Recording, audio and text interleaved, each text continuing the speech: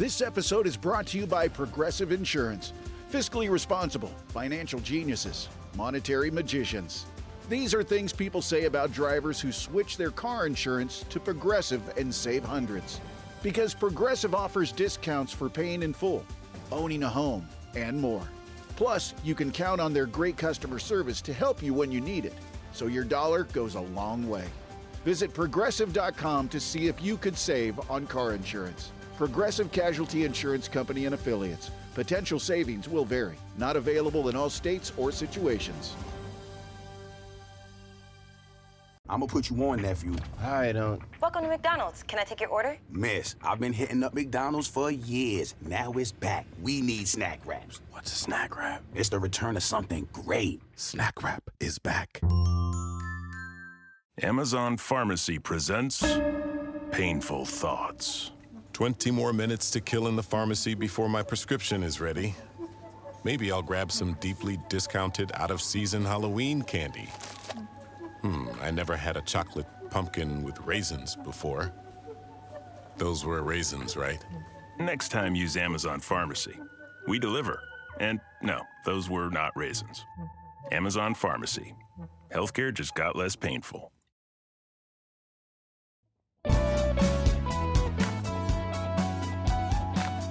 Hey there, listeners. Welcome to Shit That Goes On to Our Heads, the podcast where we normalize conversations around mental health. That's right. I'm Dirty Skittles, and alongside my amazing co-host, Rex, we are here to share stories and tips from our incredible guests. Each episode, we deep dive into struggles and triumphs of mental health, offering practical advice and heartfelt support. Because no one should feel alone in their journey. Join us as we break the stigma and build a community of understanding and compassion. Tune in and let's start talking about the shit that goes on in our heads. This is a two-part episode, and this is part one. 3, 2, 1. Welcome back to another episode of Shit That Goes On Our Heads. I have my amazing co-host, Dirty Skittles, with me today, and we have two extraordinary guests with us. We have Noel and Beth, and for anybody that listens, Noel is our editor for the podcast, and he is baller. Like, he makes us sound good. So, welcome, Beth. Welcome, Noel. Welcome. It's a pleasure to be here. Thank you for inviting us on the show. Yeah, absolutely. I'm so excited to hear your story. Oh, good way. Glad to tell it. Where shall we start? So what time is it in Australia today? It is 9:30 in the morning. Man, we've been going all day. This is recording number 5 today, I think. Oh, wow. Oh my God. Yeah, you guys are the last recording of the day. It's all good. So you're going to be a bit tired by now. And Nah, we're at our prime, you know? yeah. I'm gonna go have a gummy later on. I'll be fine. You know, and then like we have daylight savings time to contend with. So like we spring forward an hour today or tonight or whatever. How about that? Yeah, don't forget, set your clocks ahead an hour. So when it's 5-8, when it's 4-5, it's really 4. So yeah, it messes us all up. It messes the animals up too. They're like, why am I getting fed so early? Listen, shut up. Okay, you got food. So, kids, tell us all about the two of you. We met in 2000. 2000? It's 2000, actually, yeah. So we've been together since the year 2000. So I guess this is really a story from two sides. So I'm the one with the severe, or I guess I had the severe mental health issues, and Noel was my carer and went through a hell of a lot with me. And I think it's hard for me looking back now because I know I put you through a lot. But at the time, I wasn't able not to. So I think, I think it will help. And I think a lot of people don't see it from the other side, from the carer's point of view, as well as from the person who's suffering. I hope it will be.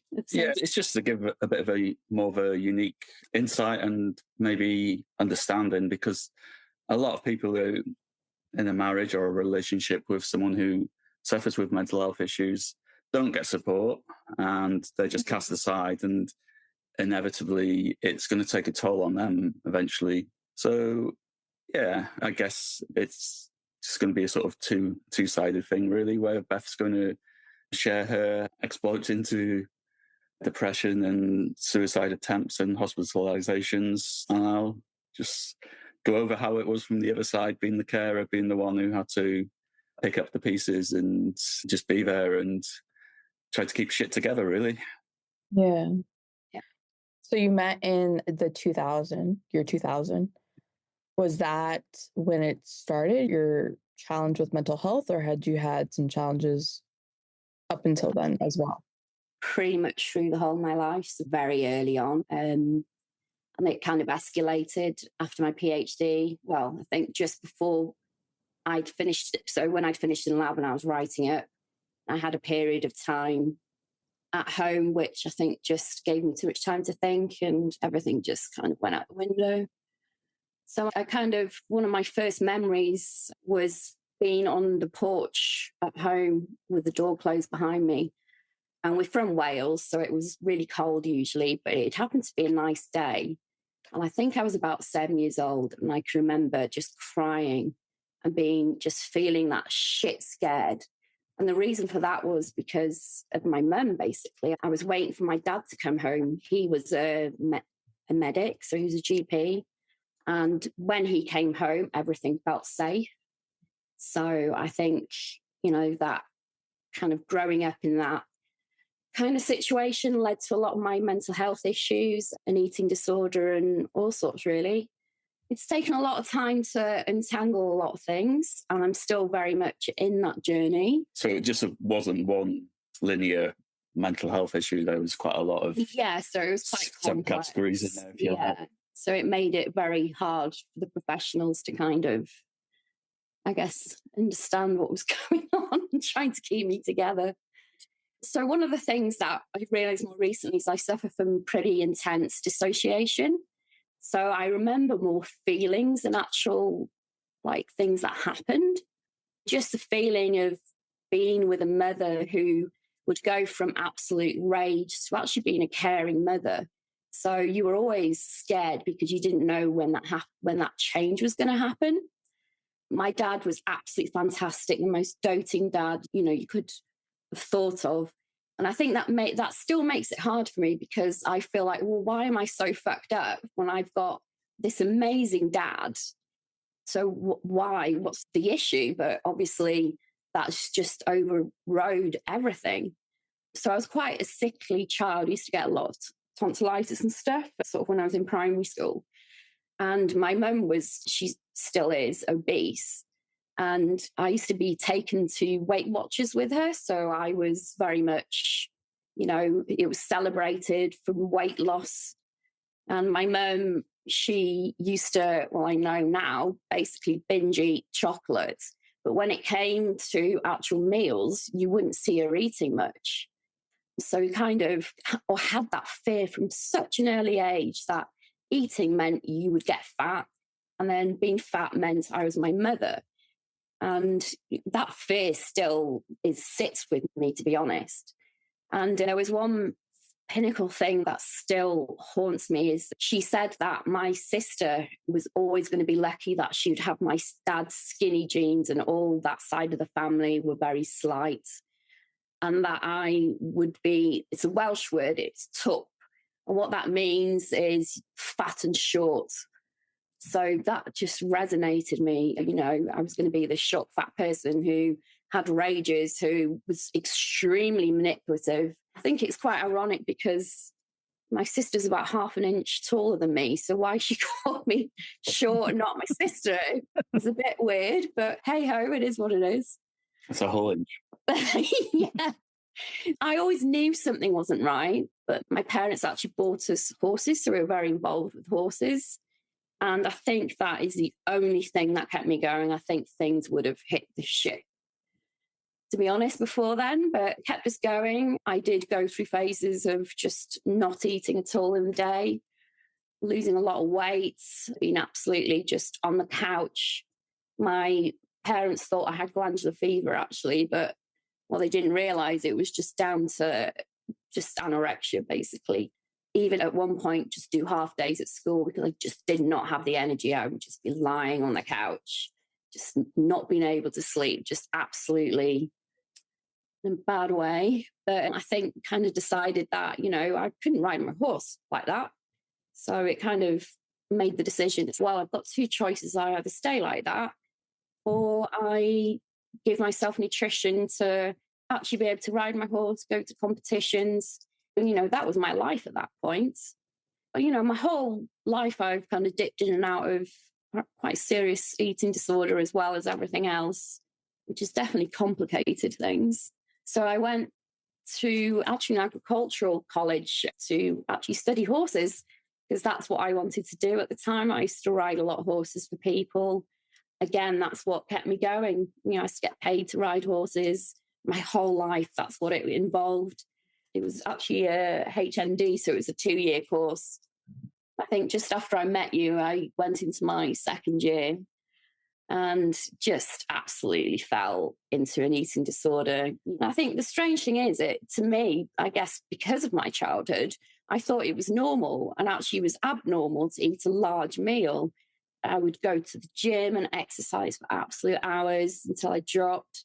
I couldn't even drive to the college, couldn't walk upstairs to get to lectures. And I think one thing that stuck with me, I remember I thought, right, I need to eat something like this. This is not good. So I went to the shop and I must have been there for about 2 hours, just walking up and down, the aisles. And I just couldn't, brain not working. It was like, I need to choose something.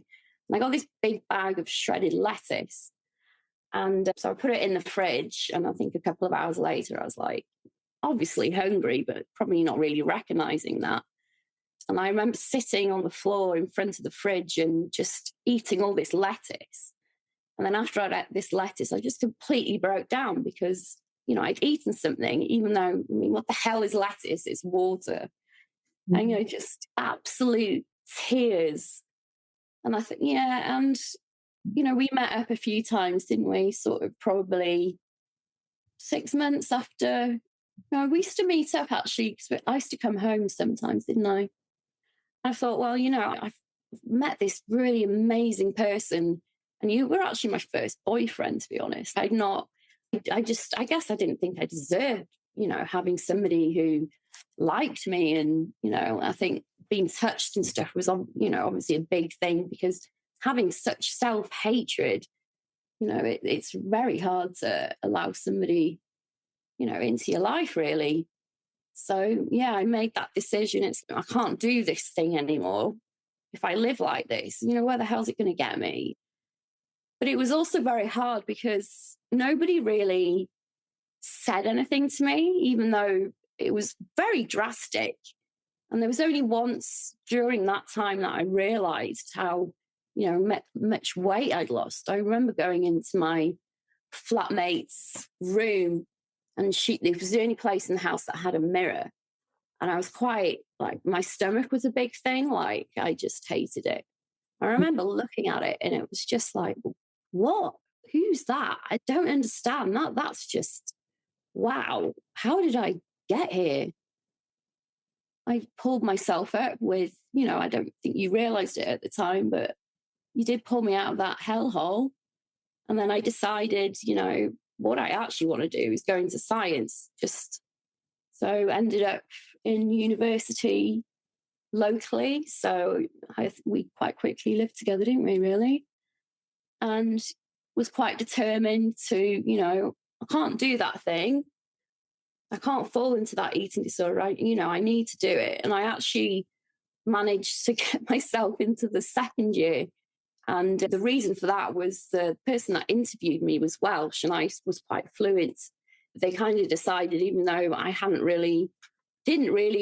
done what was needed to get into the second year. But, it was actually a molecular biology course, so it was pretty intense. Done a little bit of genetics and a little bit of this with the horse side, but, nowhere near that. And I worked my bloody ass off and ended up passing. And I worked in a lab. I got a scholarship to work in the lab between my second and third year there. And one of the postdocs took me under his wing and I actually worked quite closely with him and got my first publication. We ended up down in South Wales in the capital, did my PhD. Yeah, and things just fell apart again. I'm not really sure why. And I just descended down this absolute dark hole. And we were living above a cafe, weren't we, at the time? Yeah, that's right. And just again, just lost all this weight and got to the point I couldn't, even though the lab where I worked, it was in a hospital and we only lived like 10-minute walk. I couldn't even do that. I just couldn't even walk that, and having to crawl up the stairs and then, just no energy at all and just collapsing at the top. And, it's just, I look back at it and it's like, why? It wasn't a life. It was horrible. The thoughts, the disgust, and just living with it all the time. And it just catches you up. You get caught up in it and it's addictive. And the further you go down into it, the further it pulls you in. Yeah.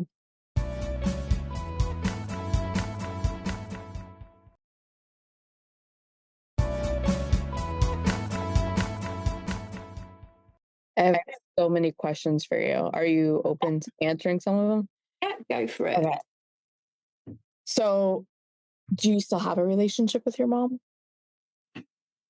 Well, more through her choice. So she on and off has pretty much disowned me quite a few times, especially in Australia. And then suddenly she will get in contact and then she will just act like the perfect mother.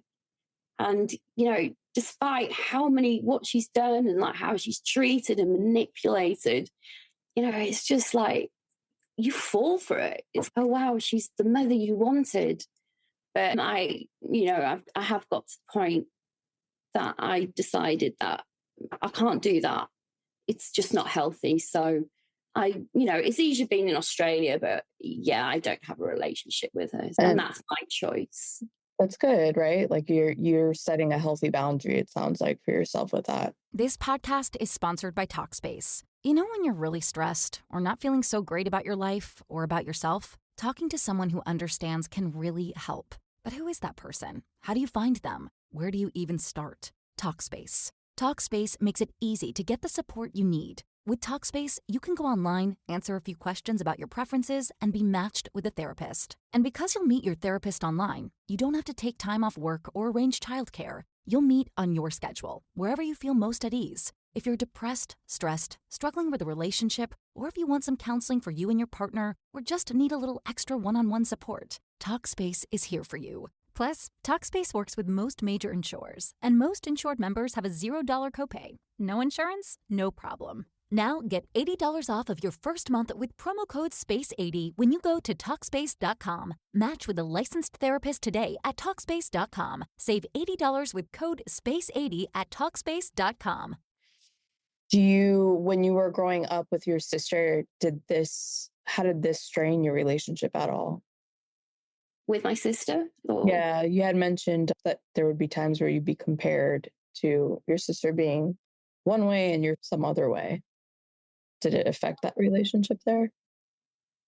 Well, the funny thing was she was actually doing that to my sister. Yeah, it was quite weird. And there were times when I think when I moved out, I just didn't want her in that toxic place. So I used to take her out with me, actually, to the pub. I think I was underage, let alone her. But I felt it was safer to take her with me. But yeah, it was a manipulation on both sides. So the relationship between my sister and I is actually very good. And yeah. And do you still have a relationship with your dad? My dad passed away in 2008. And, a lot of things came out with that. My mum told me that they'd realised that I'd got very unhealthily underweight, and they decided it was a phase, which I think, considering he was a medic, I find quite hard to take. And I think, a few years ago, I actually found myself getting angry. Maybe I wouldn't still live in this hellhole, if somebody had actually picked it, if he'd have picked it up. But, I think things were very different then. It wasn't always recognized. Yeah. And my question is, do you find that, were you finding like at the times when your mental health, like when you were younger, that if you were like really stressed out, that it would make things worse for you than it did when you weren't stressed out? Absolutely. It was my fallback. It was my way of trying to get control. But, unfortunately, I think my mental health, because of my upbringing, I ended up taking a lot of overdoses, which Noel mentioned before, and some of them were very serious. And I don't know, it's something, I think, yes, it was just after my PhD before I did my Viva, and I just absolutely fell apart into this depression, anxiety. I would go from being absolutely okay to just being completely suicidal. And, it was just very hard. Noel's found me in all sorts of states. And, It was during your PhD that you were diagnosed with bipolar? Yeah, it was just after. So I think after all the suicide attempts, I was very heavily involved. But they had a crisis team down in Cardiff, which basically they like to intervene before you're actually hospitalized in a mental health ward. And they were great. They had a crisis house where you could go for 2 weeks and be in an environment where there was people there all the time. So basically you couldn't do stupid shit. But it got to the point where I couldn't walk into a shop, and if I saw tablets and stuff, it would be very hard for me not to act on it. And, self-harm kind of came through as well. And, again, self-harm is just so addictive. You get this release, but then you get all this guilt as well. And, hiding so much from Noel as well. Yeah, it was a hard time. I know all about hiding. For the short period of time that I was super depressed, nobody knew. Absolutely nobody knew. Yeah, and I think, that was very much associated, alongside the eating disorder. Absolutely. And I think the first time I was in hospital, I remember it, so they had a poisons ward in Cardiff. So basically it was just a ward for people who had taken overdoses, basically. And even though yes, they did literally save my life. I think all in all through my life, I've probably taken about 13 overdoses that have actually needed medical intervention. Some of those have been real attempts, hoarding tablets, writing notes, and just absolutely feeling in this absolute dark place where you think everybody's better off without you. You're just a hindrance. Why are you on this earth? Noel doesn't deserve to be with somebody like me. Just doesn't. I look back on that, and, at the time I just had all this such intense emotions, and I felt like I was absolutely going crazy. Was like psychotic. So, yeah, it was pretty hard. But I guess the mental health system in the UK was pretty shit. And the amount of times I went into psychiatric ward, and the staff just didn't give a shit. Like, you were literally thrown in there. If you had a meltdown, they'd drug you up. They didn't speak to you. I wouldn't eat for God knows how long, and nobody gave a shit. I'd have people on the ward, patients coming up, what are you doing? You need to eat, it'll make you feel better. And nurses telling them off for saying that to me. Yeah. Yeah. When did you find help, I guess? What did that look like? Well, when I was in the UK, when I was taking a load of overdoses, there was always psychiatrists who put you on more and more medication, higher and higher doses, especially when the bipolar, I got diagnosed with bipolar. Even though my diagnosis changed when I moved to Australia to borderline personality disorder, which I'm told I don't actually diagnostically fit anymore. So, yeah, I had psychologists now and again, but they only intervened when I was at crisis point. There was nothing when things were traveling a little bit better. They didn't give a shit. When you're at crisis point, how the hell are you meant to comprehend? Right. Yeah. That had to have been so hard. Like, not having anybody to, like, really listen to you. Like, you had Noel, but as you're trying to to describe what's going on inside of your body and not getting the help that you needed, I think to me that would have been extremely frustrating. And I would have been like, at that point, I'd been like, deuces, I'm done. I'm going to go figure this shit out on my own. Yeah, I mean, again, I hid so much from Noel, but it wasn't always hiding. It was literally just feeling so overwhelmed. I didn't even know what was going on. I couldn't pinpoint what was in my head. Yeah, it was pretty intense. Yeah. And I didn't work for a number of years. And at one point, Noel had to quit his job to look after me because I was in state and I would literally just do all sorts of shit. It was horrible. But, things did get a bit better, I guess. I wanted to go back into research and was looking for jobs and ended up then deciding to look internationally. You wanted to come over to Australia and then sort of having interviews, but being a researcher, it's very hard because you're kind of very much pinpoint such a small little thing that, somebody who comes along who knows this method is going to have that job over you. It doesn't matter how many papers you've had and again, that's the thing, I've got all these papers and it doesn't feel like anything. It's just, so what? Yeah, whatever. But I think with that, I just felt so useless. And I put a lot of weight on at that point. And I just got to the point where it was just so disgusting. And I ended up being quite severely bulimic and alongside the not eating. And it was just, I'd be on the couch after an episode just of bulimia and just not being able to move again. And you'd come home and I'd act like nothing was going on. And there was once you were watching the Formula One and I was writhing around in pain in my stomach. And Noah was like, oh, it's okay. And I remember, I'm never going to let him live this down. Sorry, no.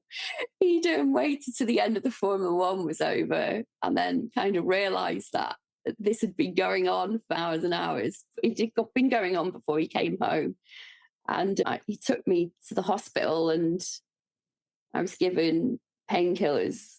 Nobody knew what was going on. And then I happened to remember it was a British program called Casualty. And there was a guy on it who had bulimia and ended up with stomach ulcers. And I remember that sort of been in this hospital for hours and the doctor's just going, we don't understand what's going on.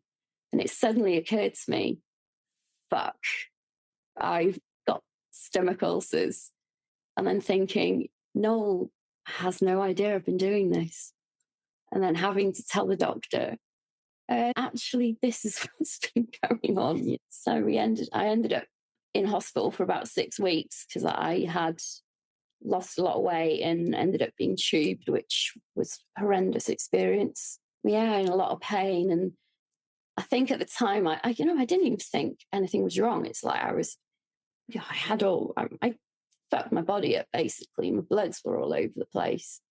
And I actually had an interview with somebody from Australia for a job. And I had to say online, and I actually had to say to them, oh, look, I can't do it online because I'm in hospital and I've got a tube in me and I don't really want it. So it was a phone conversation and I got offered this job and thought, right, fuck, I need to get my shit together.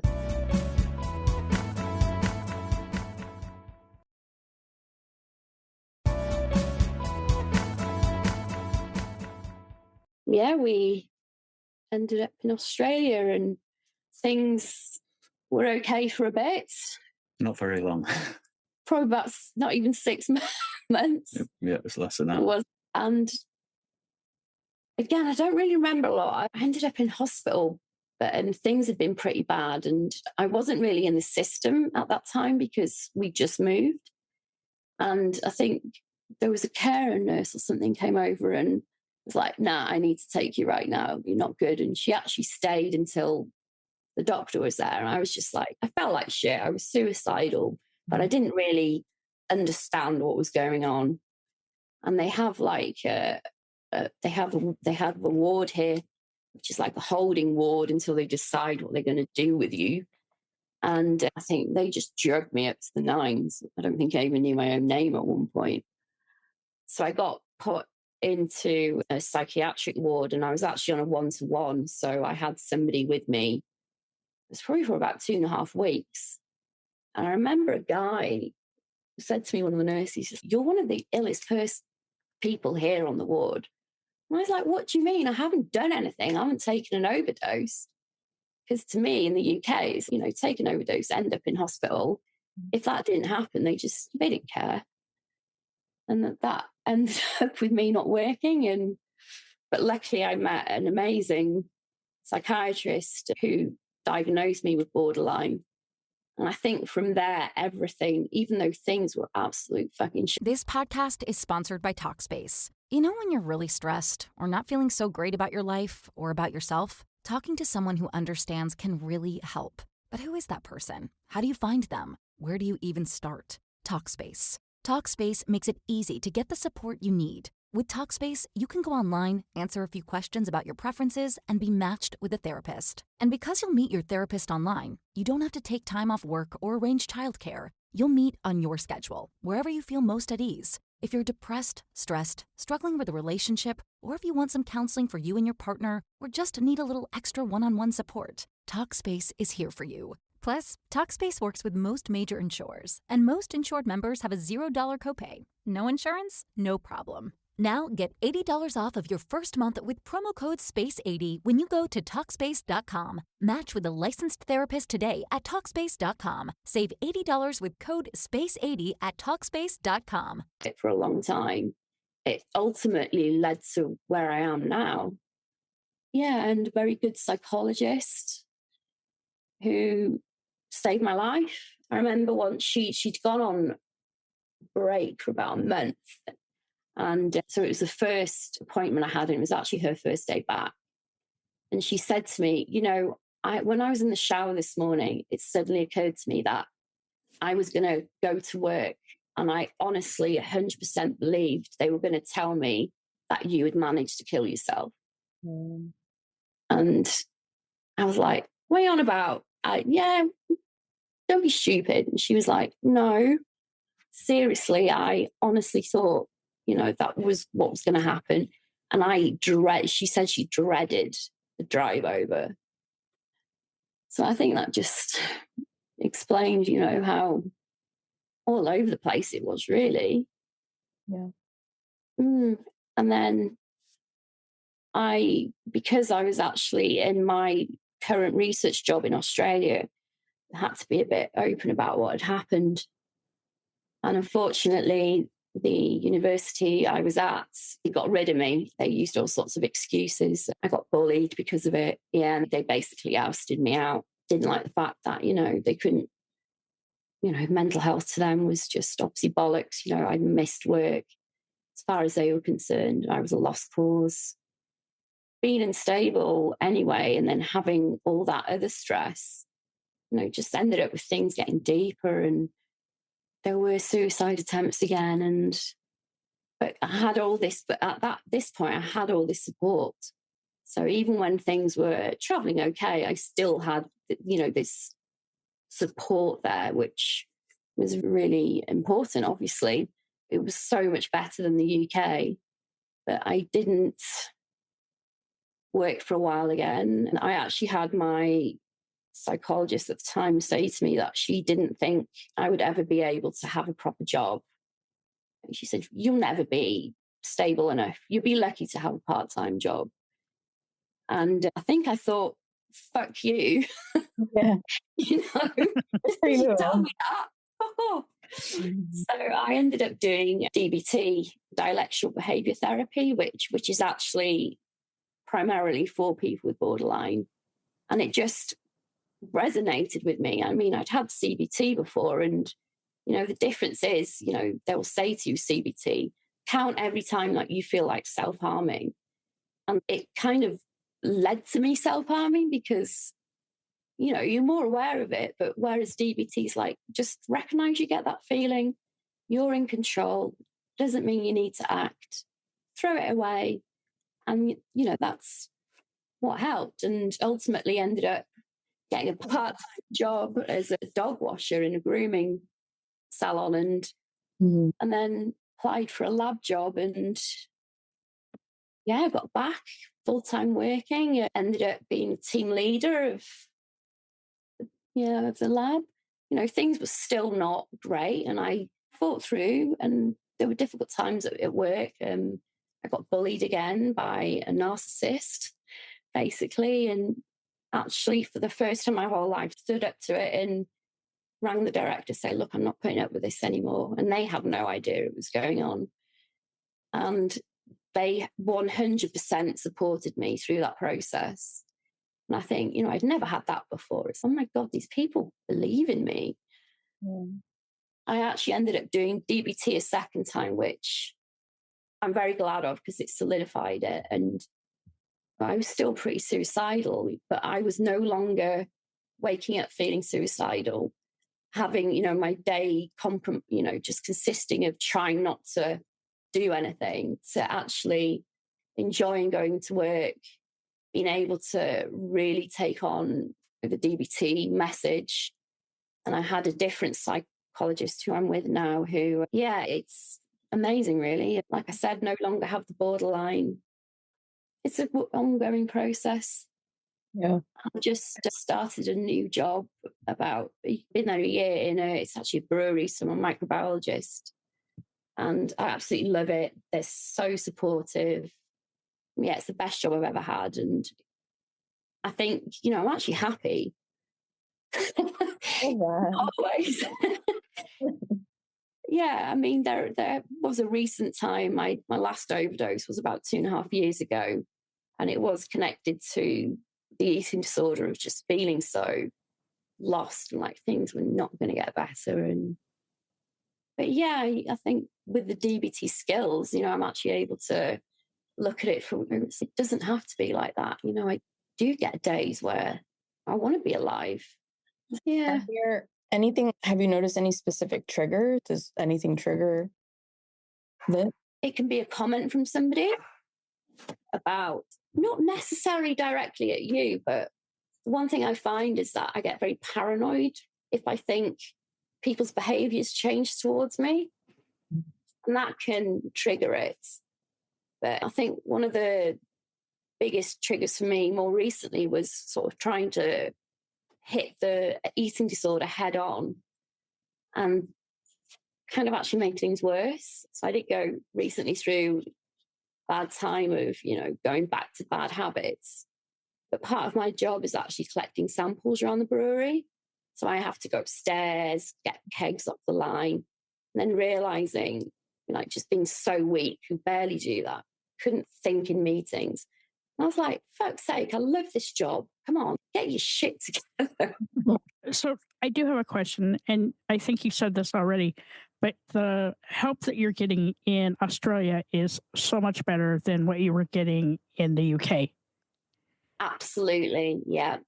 Like I said, it was crisis point there, but here it's called Medicare, and you have so many sessions where they pay what's called the gap. So I see a private psychologist, but they pay 70%, 80% of the actual appointments. And because I have a diagnosis and, you know, still struggle with an eating disorder, I get a lot of sessions. I still see somebody every 2 weeks. Yeah, much better. And that makes me so happy. And I wanted to know, just for my own curiosity, because I don't know a lot about eating disorders or borderline, but did they ever want to put you like on medication, or was this all through just therapy? Oh, the medication right from the off start in the UK was just absolutely terrible. I'd be on all sorts of medication. And every time I had a slip up and end up in a psych ward, usually for 6 weeks. I don't know why 6 weeks. It was always 6 weeks. But they were just more and more medication, increase it. And then I came to Australia, and the psychiatrist I saw was like, why are you on all this? You don't need to be. So I did come off a lot of it, still take some, but primarily because I've been on one in particular for a couple of decades, that it's kind of the fear of having to go through coming off it. There's been times if I miss a dose, it's horrible for days. So it's kind of like, feels like, well, maybe it's better just to keep on taking it rather than having to maybe compromise, how I feel at the moment. Yeah. There's like a withdrawal, you're saying, from it? Oh, absolutely. And I think this particular medication, because I did actually try and come off it. So Noel and I decided we wanted children in the UK, and the psychiatrist that I saw was actually a new one at the time. And she was like, yes, but you can't be on this medication. So they tried to wean me off that on another one, but I ended up in hospital after a very serious suicide attempt, and they kind of tried to keep going, and they got to the point where, no, you can't do this. And I did try again, and the same thing happened. So again, that's the fear of coming off that medication. Tune in on Thursday for part 2 of this episode. Hi, all. Thank you so much for listening to this episode. I'm G-Rex. And I'm Dirty Skittles. Don't forget to subscribe, rate, and review this podcast. We'd love to listen to your feedback. We can't do this without you guys. It's okay to be not okay. Just make sure you're talking to someone.